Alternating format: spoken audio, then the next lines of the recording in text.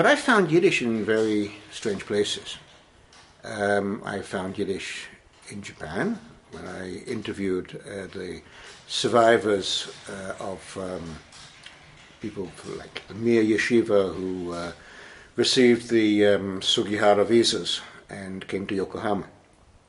I thought it was an apocrypha. I thought it wasn't the truth until I interviewed the daughter of the Mir Rebbe. That when the boat came into Yokohama harbor, a Japanese military officer came out to meet it, and he came on board, asked to speak to the leader, who was the Rosh Yeshiva, and he asked him a question. I guess it must have been through German, but it was in Yiddish. Why do our German allies hate you so much and have ordered us to take this boat into the middle of the harbor and sink it?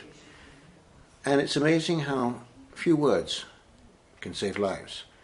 The rabbi answered by saying, because we are an Asian people. And the officer saluted him and said, Irashaimasu, you're welcome.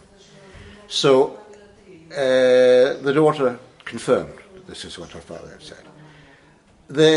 So interviewing there required some Yiddish.